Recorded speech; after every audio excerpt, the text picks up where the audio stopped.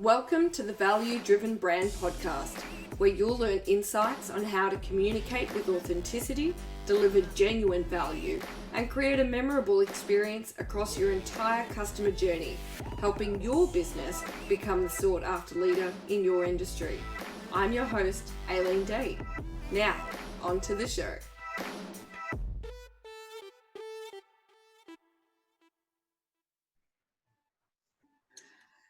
G'day everyone, and welcome back to another episode of the Value Driven Brand Podcast. I am your host, Aileen Day, and today, this very day, we are absolutely privileged to be joined with the one, the only, the man himself, Sean Spence, consultant to all people important in this country and even internationally.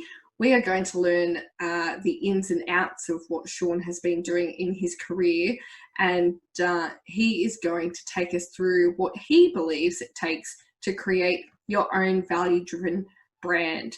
Welcome to the podcast, Sean. Thank you so much for joining us today. Oh, thanks for having me. It's brilliant. Look forward to this. Oh, I'm so excited, and I love that accent. And for those of you listening in, you would be right. It is an Irishman's accent.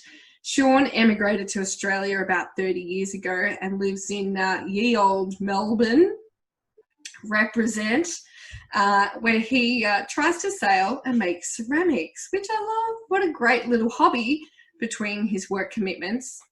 Now, Sean, for those of you who might not know, is a coaching executive. So he's coaches to executives all around the country. He's been doing it for over 20 years and helping them through big career transitions.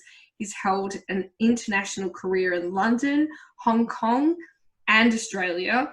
But that was before setting out on his own. He was with Russell Reynolds Associates, one of the major global search firms, and previously qualified with PricewaterhouseCoopers in London. Ooh la la, I tell you what a career. And then today we get to have him on our show. Now, he's not going to tell you, so I will. This man is the man who once, several times, for a period of time, used to consult to Peter Cosgrove. Peter Cosgrove. Is it Sergeant General Peter Cosgrove? General Sergeant? Generally, yeah. He was in charge of the army at the time, and then eventually, went on to all sorts of interesting things. Now, the reason that I think that is so fascinating is because people look at characters and people in positions like Peter Cosgrove and imagine that he must have all the answers. When in actual fact, even at positions such as the person in charge of Australia's Armed Forces Army Defence Force, even they need a little bit of help. And Sean was the man to provide that help, which makes it even more special for us here today to listen to what it is that Sean has to teach us about creating a value-driven brand. So, talk to me, Sean. How did you get to this point? What was it that got you through this amazing career?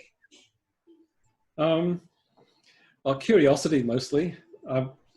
I remember I grew up in Belfast, and that was during the Troubles, and I sort of knew that there was a big world out there, so I wanted to go and kind of do it. So I didn't want to go and just visit places I actually wanted to live in, and so I had a chance to go to Hong Kong, and I took it, and that led to all sorts of interesting things. And because I work a lot with people on their careers, and I look back at my own, and I realized that at different points I was trying to do something.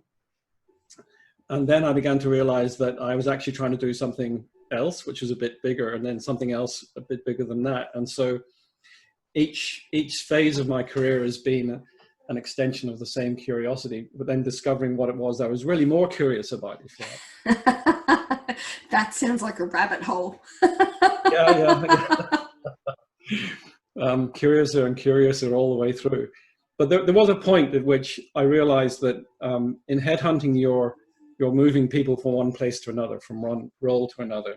And I became more interested in the person themselves and moving that person. And so I've been doing that longer than I've been doing anything else. Yeah, isn't that fascinating that, you know, before you kind of move the person, you've got to move the person. Yeah. Yeah, I like that. Good one. Now, how many years have you actually been out on your own, digging for what it is that curiosity is leading you to? Yeah, well, I left home at about 18, and but I remember the day when I walked down the corridor and saw my name on a gold plate that I paid for, brass plate. Yeah, it was really interesting because I've been in a nice big firm that was international, all the rest of it. So 1999, I went out on my own. Right. So you've been independent for quite some time now then. We've just been doing remote learning maths. So remote learning maths has fried my brain this morning. So I'm just going to say it's been a long time rather than exactly how many years it is. Well, yeah, I was astounded when it got to 20, you know, but Wow. but the thing is that it goes in phases. So every few years you sort of say, what am I doing? You know, what actually is going on? You look down through the client list, you go, oh, I must be doing that thing. It sort of evolves all the time. Yes. And so that's part of what happens when when you're driven by your values or by delivering value, you get sort of pulled along by what your clients are, and pulled along by accidents, like ending up in front of the Defence Force. You know? A happy accident, as Bob Ross would say. Yeah, and learn a lot. The great thing about this profession and coaching and that is that you're always learning something from every interaction you have with a client, so that propels you along as well. Yes, absolutely. I think I couldn't agree more with that. I think that's one of the best things, and we've been talking earlier about you know, not niching and being, what did we say? What did you say it was? Agnostic? Agnostic. I'm agnostic to industry. Agnostic to industry, meaning that we work with any industry, and ultimately what we look for is the value set in the people in those industries, and not the demographics or any of that type of kind of precursors or information. And I think that is what also helps, like me personally, I learn so much that I would never have had the opportunity to learn had I just niched to one industry. Yeah, I mean, it makes it easier for people to understand you if you've got a niche. You can say, I do this thing. But if you're able to say, I deal with this one situation, you know, most of the time I'm working with new executives or new CEOs, because that little cusp there is a terribly interesting point. You've got the job. Now what? Now what? Off you go.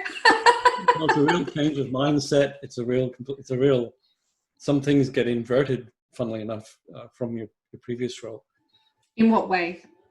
Well, the to-do list goes, certainly one of my clients, the to-do list went from 140 small things to 3 really big things and drove her nuts. So it was actually getting that and getting confidence in that, for example, it was one of the tasks that she had to do. Yeah, absolutely. And in the coaching realm that you take care of, what would you say is one of your favorite kind of situations to dive headfirst into? I mean the client situation, or just, you know, yeah, the with first clients, when they say, you know, you've got 10 clients that ring up, and which one's the one that you're going, you know what, let's get our hands dirty? Yeah, I think the best sort of gig I got was client of mine. I'd helped him prepare for getting a senior role, and everything went haywire in the GFC. And then afterwards, about 6 months afterwards, he called me and said, right, guess what? I got the job yesterday. Can you be my coach? And so it was right in at the beginning. And those literally the first days and weeks are really fascinating. Yeah, absolutely. And would that be consistent across the board, no matter what the industry is? That generally speaking, yeah, it's a situation you find yourself in. Sort of, what me? I've suddenly got the job and I've just discovered what it actually really entails. And sometimes that literally does mean just discovering something. So you get a role or a CEO role, and the board suddenly delivers you something that they hadn't delivered to you during the interview process. That can be quite dramatic. Welcome to the deep end. Yes, exactly. Well, you've seen it actually, I think, on the news quite recently. A couple of CEOs have been appointed, say any CEO appointed within the last 6 months to a year, is suddenly dealing with the impact of COVID. Yes. And they hadn't had time to change the risk matrix, to do a lot of the things that one might do to have prepared for that. If you had a longer run at it. Yeah. And that's a real test of a CEO. Yeah. Hope they got that crisis management plan sorted. Yep. Call me if you don't. Yes, there are so many interesting facets of that transition, going from from a maybe like a senior manager to an executive, that really no one has. Well, maybe they have written the book on it, but there's no really kind of rubber stamp, is there? Everyone's different, situations are different, businesses are different, expectations are different, talent is different.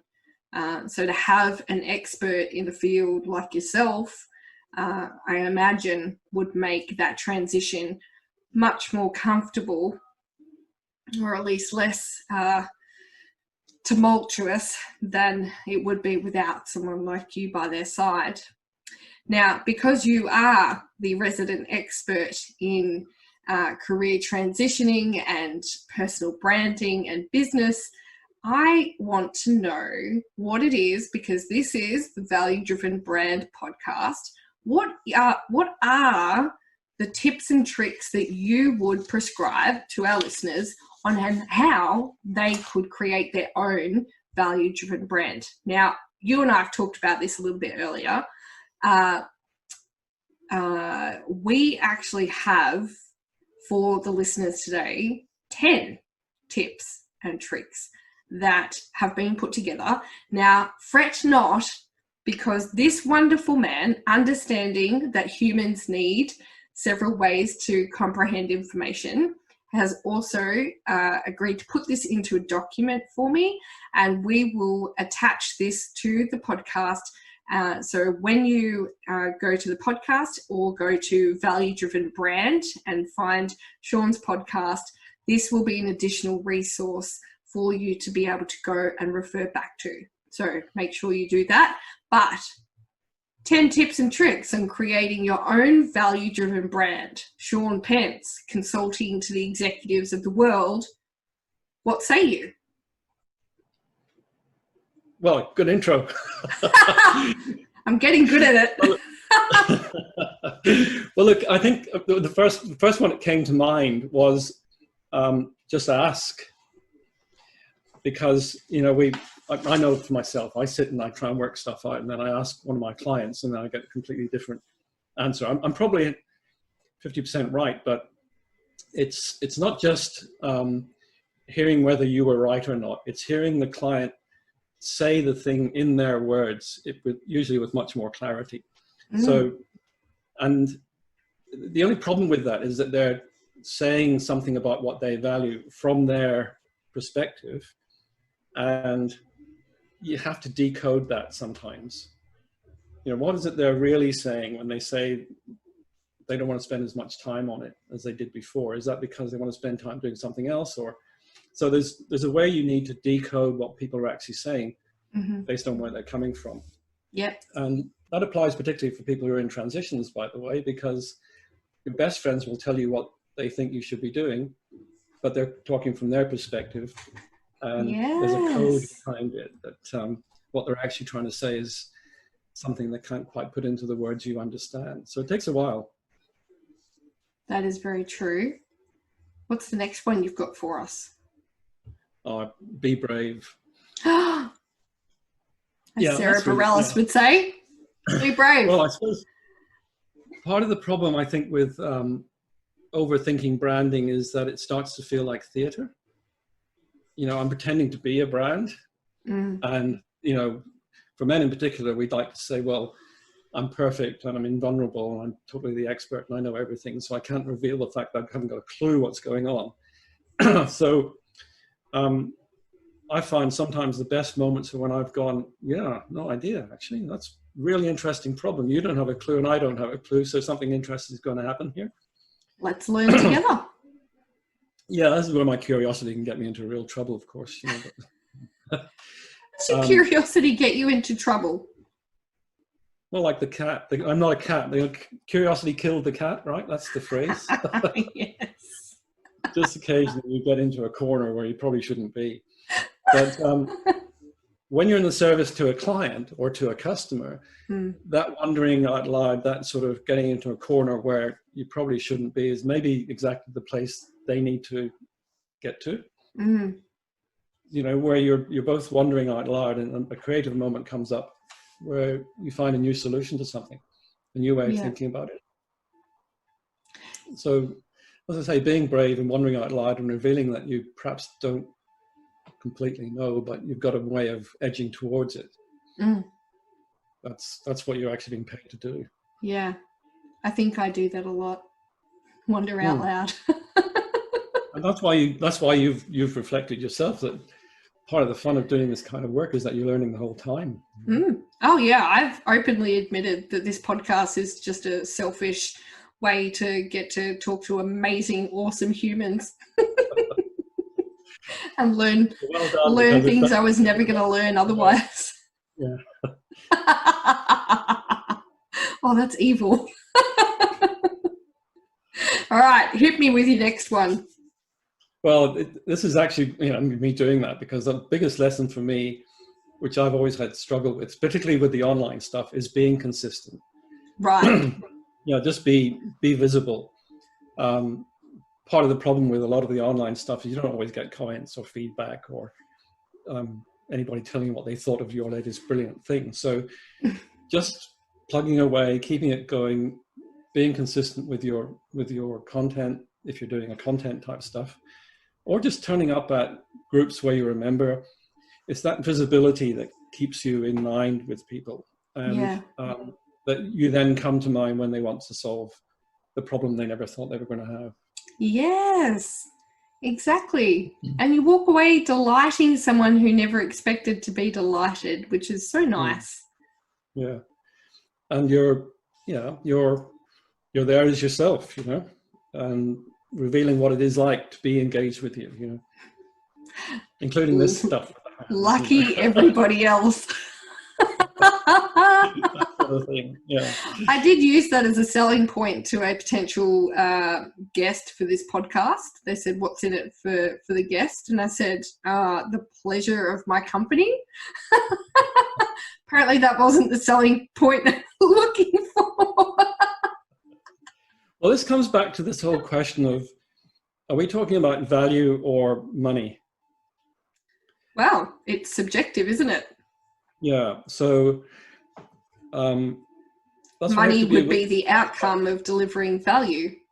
Yeah, and you've got to trust that process, right? So, and it's value in the eye of the beholder, which may be intangible. So I always get confused when I ask my clients what they think is going on when we're working, because it always is a surprise.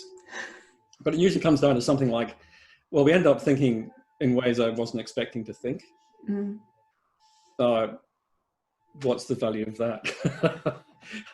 If you can tell me, I'd be delighted. But it usually means that they get comfort that there's another way of thinking that can lead to a new solution to the problem that they couldn't find by thinking by themselves. Yeah, well, and to be honest, I said to you earlier that, I value clients who are open to critical thinking. So they might not be practiced in critical thinking, but I would hope that after working together, that if my client said to me, you know what, I realized that I've found a new way of thinking about things, to me, I would be thinking, awesome, I've done what I set out to do, which is to teach you to critically evaluate what you've been taught. If I tell you something and you go, I'm going to do some more homework, that's critical thinking. That's not just blindly accepting. Unless you're my son, then you must blindly accept what I tell you. But even then, even he's become very good at critical thinking, questioning what I'm telling him. Yep. But to me, that would be a successful outcome for my clients to come back and say, you know what, yeah, actually, I've learned a new way to consider things or to put things on the table and whether or not to take them off or keep them there. The flip side of that is you've got to recognize how terrifying that is. Oh, hugely. I never used to do it. Yeah. I remember when I encountered some people giving me the advice I really needed, it was absolutely terrifying. So you've got to kind of be careful also about how you're putting your brand across. It needs to not only feel safe, but it needs to be safe. Yeah. And that's where, as you mentioned before, the things like consistency and whatnot, people are going to get they're going to get an introspective feeling as to whether or not the work that comes from you grates them the wrong way and makes them feel unsafe, or whether it resonates with them and they go, actually, yeah, I'm feeling what he feels, I'm getting what he says, I'm implementing some of his activities, and things are working out. So in essence, to me, what that in my mind right now is, well, you're creating trust. Yeah, trust is really important, and it's we work on the balance between difference and rapport, and rapport is trust. So there's a feeling like, okay, this is going to be reasonably safe, but it's also going to be reasonably dangerous, in the sense that it's going to challenge a worldview or an idea or a skill or whatever. But that sort of leads to my fourth point, which I'll leave myself in there for you. Look at him, like he's done it before. And it goes to the point of I was going to make about you aren't always the solution, and you aren't always the one that can find the solution with them. So in the question of seeking to consistently deliver value, it's knowing where they can go elsewhere to find the thing they need as well. So onward referral to the right place. Yeah. Or getting to read the right resource, or check out the right kind of YouTube that is an area that you know about, but you don't know. Example. So there's The Art of Persuasion and Influence. Robert Cialdini. I'm reading one of his books right now. Persuasion. I'm reading the Influence one. There's a good 15-minute RSA on YouTube. Okay. Which is the animated explanation of video, whole thesis, and that's a really nice little thing that gets people over the hump of thinking about what constitutes influence rather than their one track way of doing it. Right, I'll have to check that out. Yeah. So what's the next one you've got for us? Particularly at this particular time, caring works. So more of caring that. is something that comes up in a variety of ways. First of all, when professionals are in high intensity roles, I sometimes find that feeling cared about and feeling like you're caring about the people you want to care about through the system, through the profession, through the organization, through your role, if that goes missing, it flattens you professionally. Yeah. And it can creep up on you. So repairing that's really important from a career point of view. But I think today, especially with the Zoom driven world that we're in now at the moment, it's not so easy to spot how someone is. Yeah. So you have to be a bit more explicit about it. Actually ask, how are you doing? And equally, if you need a bit more T&C, ask for it.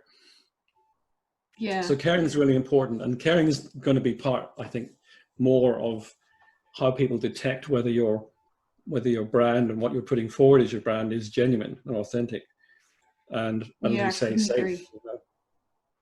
Yeah, and I think, I know you mentioned that there would be a number of people who have transitioned from, a senior manager to an executive or a CEO or whatever that is. But in this period of time where there is no, there's no handbook on how to deal with pandemics per se. No, But no. if there really was like one thing that I would concur with and say to anyone running a business or in charge or leading people, that 0.5 caring, it has to be intrinsically in you. If people are becoming CEOs or executives because of their hard skills alone, to me, I think that's a bad decision, because once you get into a position of leading human beings, if you can't be empathetic to human beings, then you're not the right person for the job. Yeah, this is where I think the whole situation has caught a lot of people out. One of the theses I have is that an executive role, and particularly the CEO, is circumstantial. So there are usually three key issues that are driving the organization, and the CEO's talents need to align with those issues. They need to be good at dealing with those three big issues. I'm not talking about managerial skills. I'm talking about the big stuff, like dealing with the entire stakeholder group. But I'm finding also that caring is a business driver now. Yes. So the hard driving, technology or technician driven approach can miss the caring. And if you're not paying attention to that, you're liable to be destroying some of the assets of the business. Yeah, absolutely right. Loyalty, commitment, motivation, all of those things that actually drive the success of the business, but also drive innovation for the future. Yeah. So unless there's a customer at the end of it that you actually care about and they know it, your brand is being diluted. Work on caring. It's definitely a winning method to creating a value-driven brand, I promise you. People are afraid of looking too caring because they think it makes them look weak or something like that, but it's actually the opposite. You've got the emotional courage to actually get there. Yeah. It's really important. Yeah, and it's the old adage, like, treat people the way that you want to be treated. Yeah. You don't want to be micromanaged or picked on by a bastard. You don't want to be considered unimportant. You want your voice to be heard. Just do the same for the people that work for you. I once did a program. It's a magnificent program called the Kranlana program, which is essentially a symposium where you spend the whole time examining the entire intellectual history of the Western world and a lot of the Eastern world. Wow. And it's more moral philosophy than scientific philosophy or anything like that. So really, it was like putting a bottle brush through your brain. It was really quite a staggering thing. But at the end of it all the moral systems in the world basically boil down to treat others as you want to be treated. And so caring is fun. Such a basic human philosophy. Can we hold 1 second? Okay, so tell me about 0.6. What are we looking at? Well, it sort of relates to some of the other things I'm saying, but it's very easy to feel like if you're the expert, you've got to have the solution and insert the solution. Particularly if the client's asking you for the solution. Yeah. But if you don't have it, workshop it right there in the moment. And I've actually devised all sorts of really useful tools and approaches and ideas about things, because the two of us have to work on a live thing that's going on. And it's a combination. I'm usually the other brain for the person that, is there. So if they're very analytical, I'll often go off to the conceptual or the practical. And if they're very practical, I'll often be conceptual. Aha. So that means that we're seeing the problem from lots of different angles at the same time. Yeah. And it's amazing what turns up. And this is where you learn while you're helping. Mm. And that's deeper and richer, I think, than simply providing a solution, because usually that's coming off an experience somewhere else that the client can't necessarily relate to it, you know. Yes, that is such a good point, isn't it? Again, there's no kind of rubber stamp cookie cutter approach. You know, every situation, although at a high level might be similar, when you really break it down, it doesn't necessarily mean the solution should be exactly the same. No, and this is where metaphor works. Metaphor is helpful. It's like something else. But right now, there's a lot of businesses having to do this in a serious way, you know, reinvent a solution. And in fact, sometimes break out of the industry they're in and find themselves in another industry. Yeah, now that would be scary. Yeah, it's happening. Yeah, there's some transition nightmares. Unless you've got Sean on your side, then it's fine. Well, it's actually one of those little things where it looks like this other industry is a completely different ship or boat or whatever, but in fact, you've got the skills on board that match the skills you need over there. It's just you've got them configured and shaped and set in processes in one industry that if you take the same capabilities and put them over here, they can run off really well. But yeah, you might get a bloody nose in the process, but you know, it's actually, that's where we're at. We're at survival level for some organizations. Yes. And it's worth in ways it wasn't before. Look, to be honest, if the worst you walked away with was, you know, a busted up nose, you'd be okay, wouldn't you? Yeah, yeah.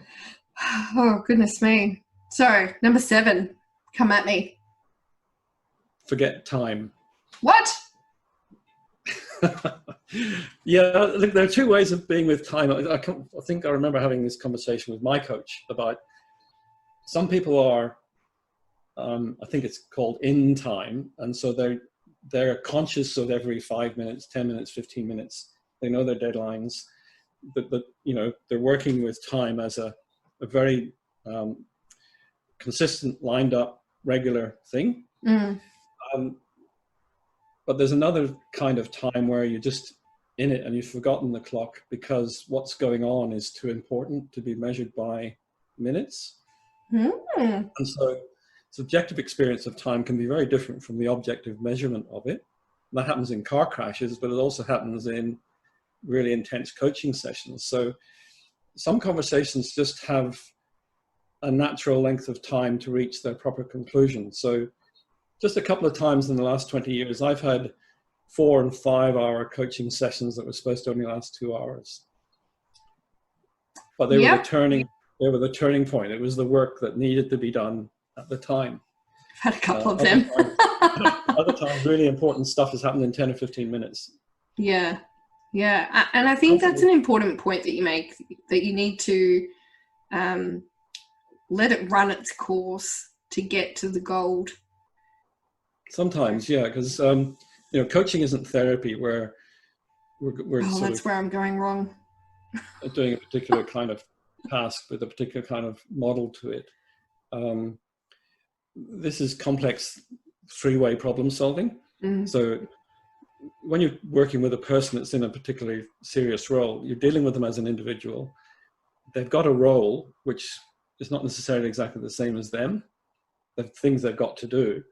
And the role is embedded in a system, and they all have make pressure on each other. So if you're ignoring any one bit of the system, you're not dealing with the whole thing. And sometimes you need time to be able to get around that circle.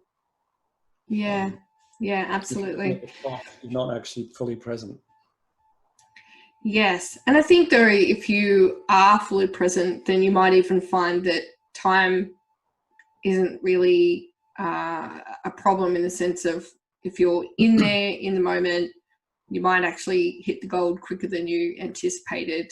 If you were going into a situation and freaking out that you don't have enough time, and therefore you're wasting your energy on concerning yourself with time as opposed to a solution.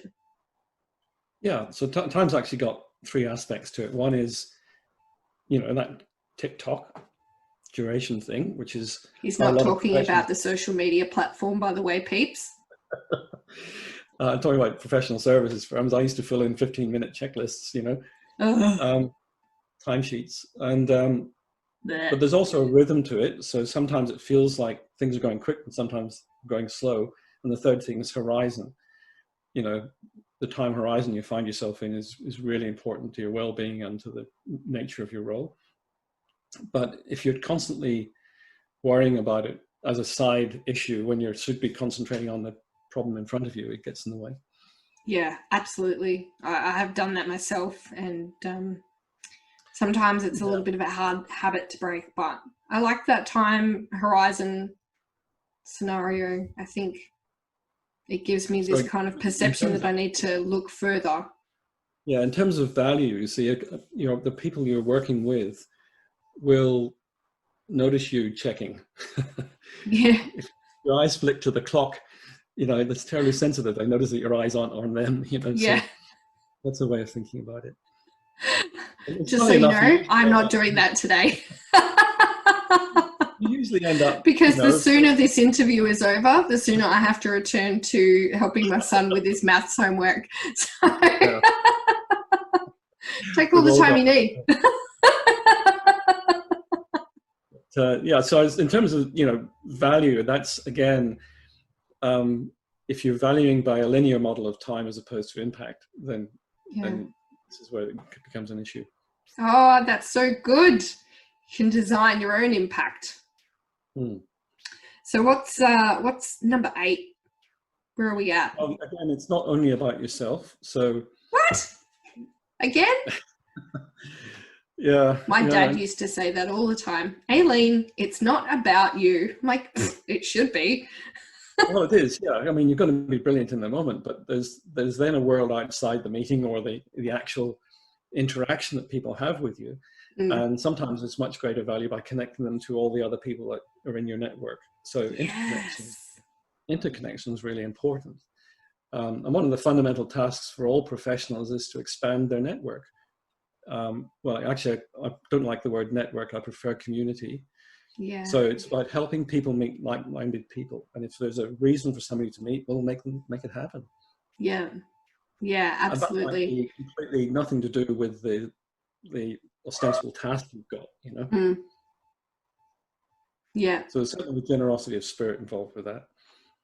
Yeah, and I think that's such a good point as well, that spirit piece. You will get out what you put in when you are involved in communities or networks. And I've experienced a couple of situations where people flourish because they're all so giving, and in return people want to, it's actually discussed in that influence book, that influence of can't say it. Yeah. Where we want to reciprocate the help that we've been given consciously or subconsciously, and and that spirit thrives in the right communities. And if you can get yourself involved in one of those, then your career, the horizon is the limit, really. Well, that's it. And when people are looking for mentors or greater connection, it's worth remembering that a community is, for me, a community is defined by unrequited gift giving, right? So I'm giving you a gift and I don't have to have something in return because I trust that it'll come around the other way, or it already has come around the other way. Yes. And I want to pass it on. So that's almost the definition of a community. So, giving gifts and getting them is part of what makes a community hum. Yeah. And it's such a beautiful thing to witness as well. Mm. Oh, we're up to number 9. Penultimate. What's number 9? One of the things about a value-driven brand is you actually go through a lot of work and try and understand what the value is. And sometimes it gets very self-centered. So again, it comes back to asking, what are the different kinds of value that you can generate? And don't discount the ones that you don't value for yourself, because it's really about what's valuable for other people. Of course, yes. And it might shock you. You don't necessarily need to put a dollar against it, but it's well worth being aware of the value set that you have to offer. Different people will take that in different ways, and that's really important to understand. And if you were to, what I affectionately call croc brain me, what would it mean, the value set? What does that mean? Sorry, say again, what's the... Croc brain means speak to my lowest part of my brain. I just mean all the different things you think are valuable. All the different things you think are valuable, like my time's so valuable, my brilliance is so valuable, my knowledge of a particular area is so valuable, my worksheet is so valuable. Right. It cuts two ways. Clients might think that your worksheet is brilliant and absolutely indispensable, but don't value your time. So be careful about what you're assessing as the value, and just keep checking what is really important for the other person, the person you're supposedly caring about. Yes, exactly. The person you're actually there for, other than yourself. That's helpful. I like that one. Now, the piece of resistance, the finale. Well, it's sort of the dark side, because, you know, sometimes it doesn't work. What doesn't work? I think I've had 3 occasions in the last 20 years where it just really was not working. And it was like, what the hell's going on? A couple of them I sort of knew it wouldn't work, because one of the problems in coaching is if somebody's allocated, it doesn't guarantee it's going to work. Yeah, of course. But the other one was really interesting, because we actually got somebody in to help us figure out what was going on. And she had said, well, you know, it's pretty obvious. You're both too similar. Oh. So we were actually using the same words. We had similar values. We had sort of a similar way of thinking about a lot of different things. It's not enough grind. There's not enough difference to produce the spark of a new idea or a challenge. And maybe I lack the courage to actually be different enough. And, you know, there's all sorts of things going on. But there's an amazing amount of value in saying, wait a minute, we're talking around, this has got boring. You know, when it gets boring, that's usually something's going on. Yeah. Or if you're going around the same thing, you know, a few times, and you're hearing yourself saying the same thing, and you're hearing the other person saying the same thing, and you're not really arriving at a different destination. Step outside the process and look at the process. Yes. So it's like a meta process of saying, is our process working? Yeah. What's not working, perhaps? And a lot of rich stuff can come out of that. Yeah. Or you get fired, you know. Nope. I think you know, in what we do now, independently coaching, and in essence, as I grow into my business, I am learning to work with people that I love instead of anyone just to get the money. You know, when I very first started, I took any job and every job I could, and I was very much a generalist in what I would offer. So your point about maybe you're not the solution, I tried to be the goddamn solution to everybody. And I tell you what, it was fucking exhausting. Yes. Right? There you go. There goes my not safe for work word for the day. Sorry, iTunes. Right. But yeah, it is. Exhausting. And you're not in your right energy. Yeah. Absolutely. And as you just said, it's about having that courage to go, actually, you know what? We're not a good fit. We are going around in circles. We're not arriving at a different destination. Let's assess our process. Well, the process is rigid or flexible, but it's still not coming out with the outcomes that we looked for. You know what? Maybe we're not right for each other. That takes courage to admit, because you don't want to, I see it personally, that I've potentially disappointed someone because I've not been able to provide them with the help that they need. But as I get older, a little bit wiser, a little bit more educated by the experts, the people that have been there before me, I realize it's not that I'm disappointing someone, it's just that I can't be the solution every single time. And that's okay. But what's not okay is denying that and trying to continue going around in circles, because it just wastes their time, it wastes your time, and there's better things to do in life. Well, so it works in this one-on-one stuff, but it also works as a leader in an organization with a serious role, because you can do this in a workshop with a bunch of people you think are great and got their expertise, but you may have misdesigned the room. You may not be in the right room with the right whiteboard, and there may be one person, one way of thinking that's missing in the room. Right. And if it's not working, you have to sit back and think, who do we need to wheel in? And sometimes it might be a really junior person who just has got a different take on things. Yes. So it's one of the things that's emerging now as well, is that you need, if you like, circular leadership. You need to be surrounded by lots of different ways. You can't lead everything at the moment yourself as a leader. It's too complicated. So you need different perspectives. Absolutely.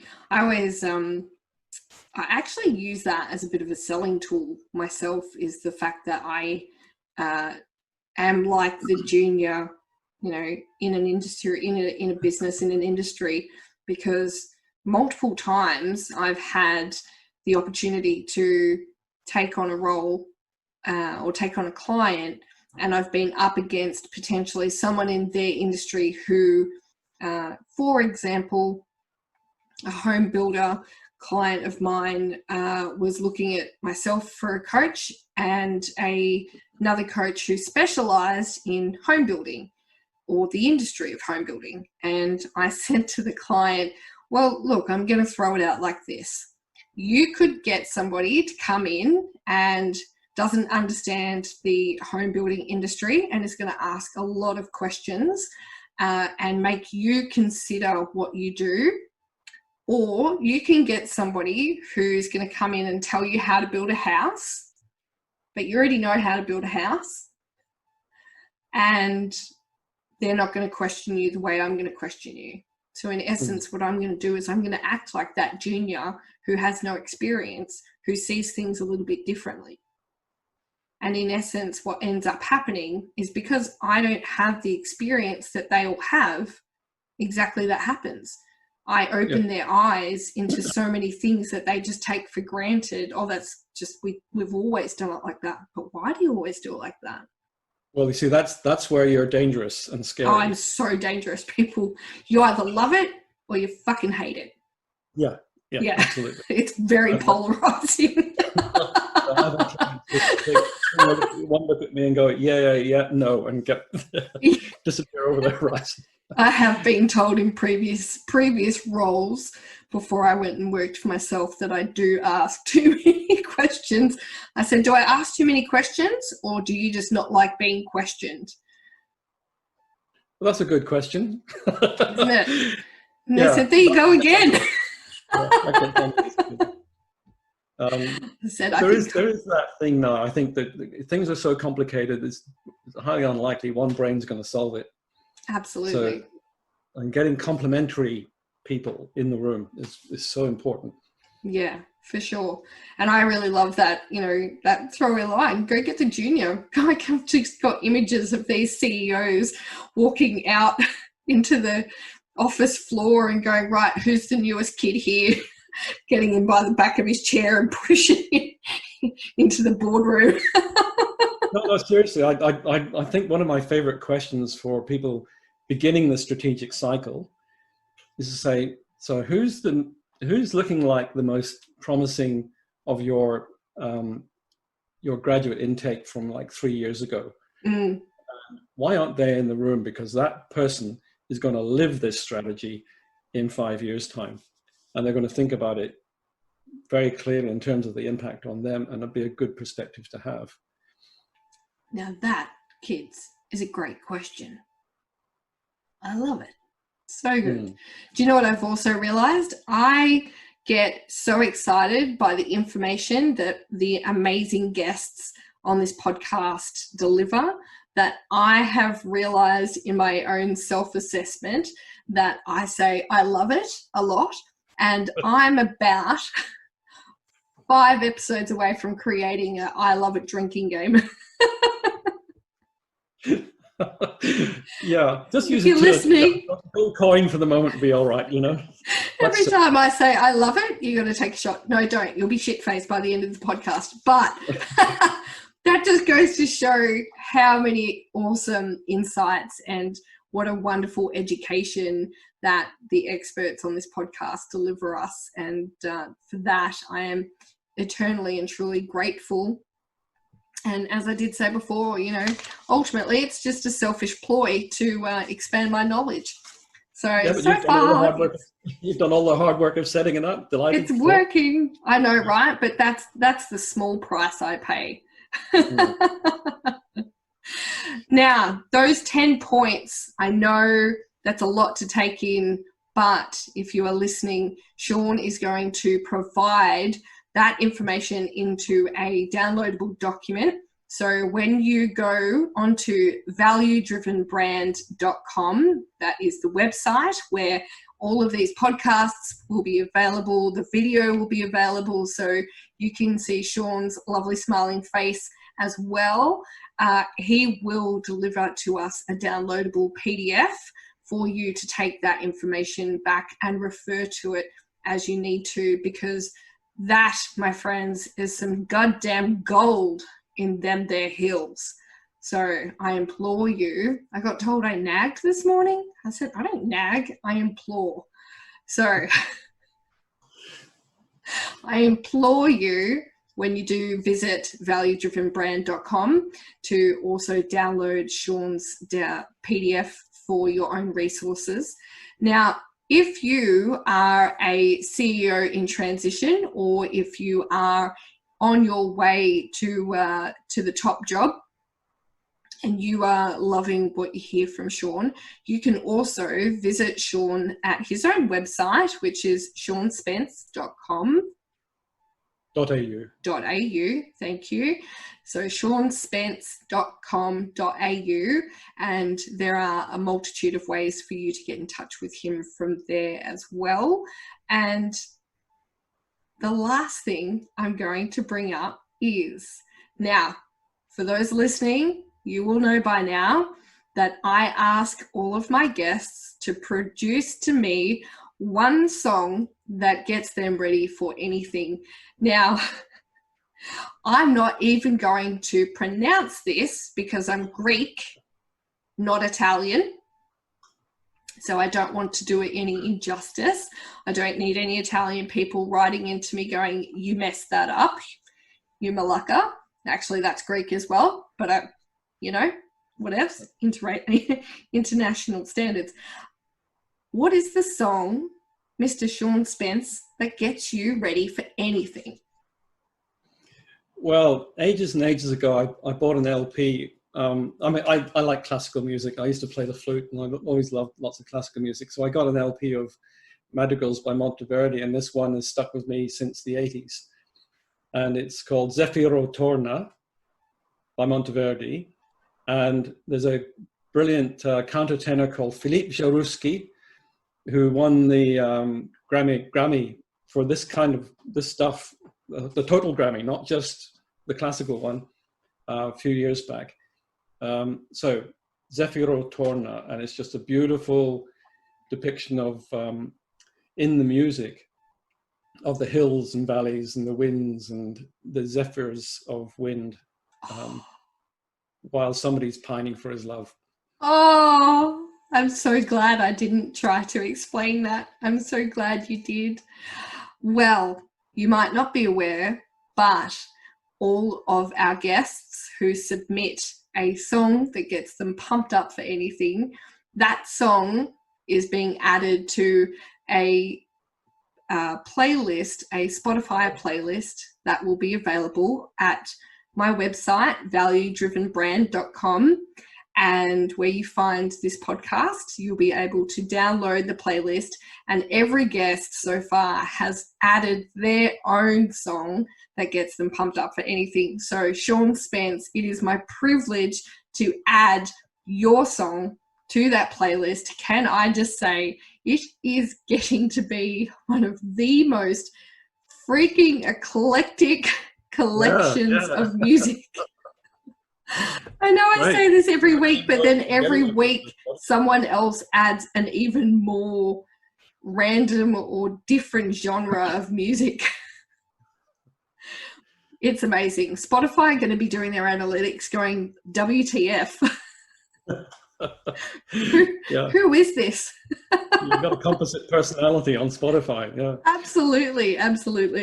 So with that, it will be added to our Spotify playlist. And I want to say thank you for all of your amazing insights into how our listeners can create their own value-driven brand. And thank you so much for joining us today. It has been... I really enjoyed it. Thanks for having me. Yeah. My absolute pleasure. You're a goddamn champion, Mr. Spence, and I can't wait to do this again one day in the future. I've got another song, by the way, so we'll have to do it again. Oh, there you go. Hello. You know what? I've decided that we're going to have to do a follow-up session on Twitch and make it a free-for-all where people can come and join into the chat room. Brilliant. Yep. And they can ask their questions while you're online. That would be amazing. That would be fun. Yeah. I'm locking you in for that. Till next time, thank you so much for listening. It is always our pleasure to bring you these amazing tactics and tips and tricks. And I hope that we will hear from you, see you. Make sure you subscribe, click, like, engage, join in. It's where the fun's at. And until next week, make sure you go out and create some value for someone in your life. Till then. Thanks for listening to the Value Driven Brand Podcast with your host, Aileen Day. Is your business struggling to become known as the sought-after leader in your industry? Access our Value Driven Brand Quiz and special 3-part podcast series to identify the gaps and what you need to focus on first. Go to www.valuedrivenbrand.com/podcast series. That's valuedrivenbrand.com/podcast series. Tune in next time where we discuss more ideas on how you can deliver your own value-driven brand.